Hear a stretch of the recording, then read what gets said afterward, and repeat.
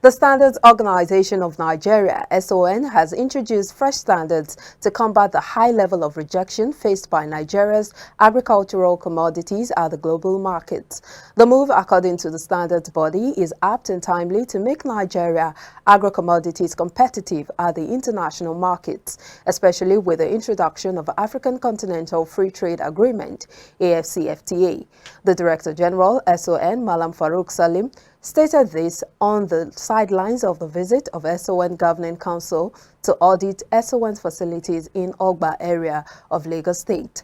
According to him, most of the times when Nigerian goods are rejected, it is due to failing to go through standard procedure locally before exporting to other countries, saying that as long as exporters continue to ignore local available standards, their products would continue to be rejected. He added that the standards that were approved were painstakingly developed through stakeholders' input and consideration, pointing out that the move was an indication that standards body is working very hard to ensure that products in the country are not only up to standard but produced for exports. The National Pension Commission, PENCOM, has announced that it has introduced a non-interest fund, Fund 6, into its existing 4 different investment fund structures. The Commission also said it has already issued an operational framework for the fund. PENCOM, which disclosed this in a recent circular to the general public, said this was in furtherance to the implementation of the multi-fund investment structure, which sought to provide investment portfolio choices to pension contributors and retirees. The Commission said the non-interest fund is a fund that complies with the provisions of Islamic commercial jurisprudence and any other established non-interest principles as approved by the Financial Regulation Advisory Council of Experts, FRACE, or any other body constituted by the Central Bank of Nigeria and the Securities and Exchange Commission from time to time.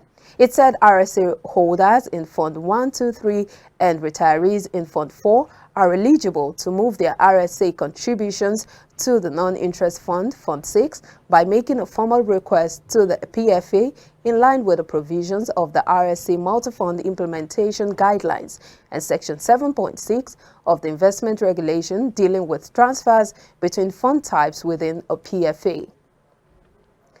Pension fund operators have been advised to introduce into their operations some flexible options that will encourage contributors into the contributory pension scheme to retain their various fund managers as their pension providers after their retirement. Former Director General, Lagos State Pension Commission, LAPEC, Mrs. Folashade Ononuga, suggested this while speaking at the annual Insurance and Pension Conference organized by the National Association of Insurance and Pension Correspondents, NIPCO, in Lagos.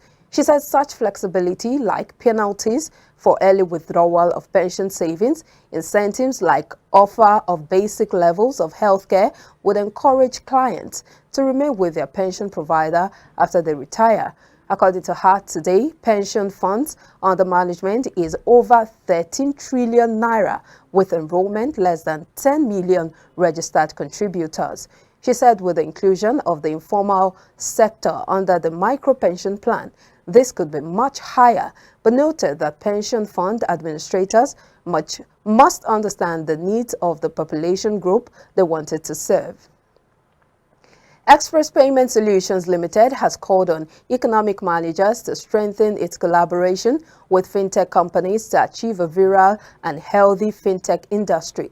The firm stated that the fintech industry is one of the industries that thrived during the first outbreak of the COVID-19 pandemic, noting that the industry grew by over 46%, according to the last statistics by Nigeria Bureau of Statistics, NBS.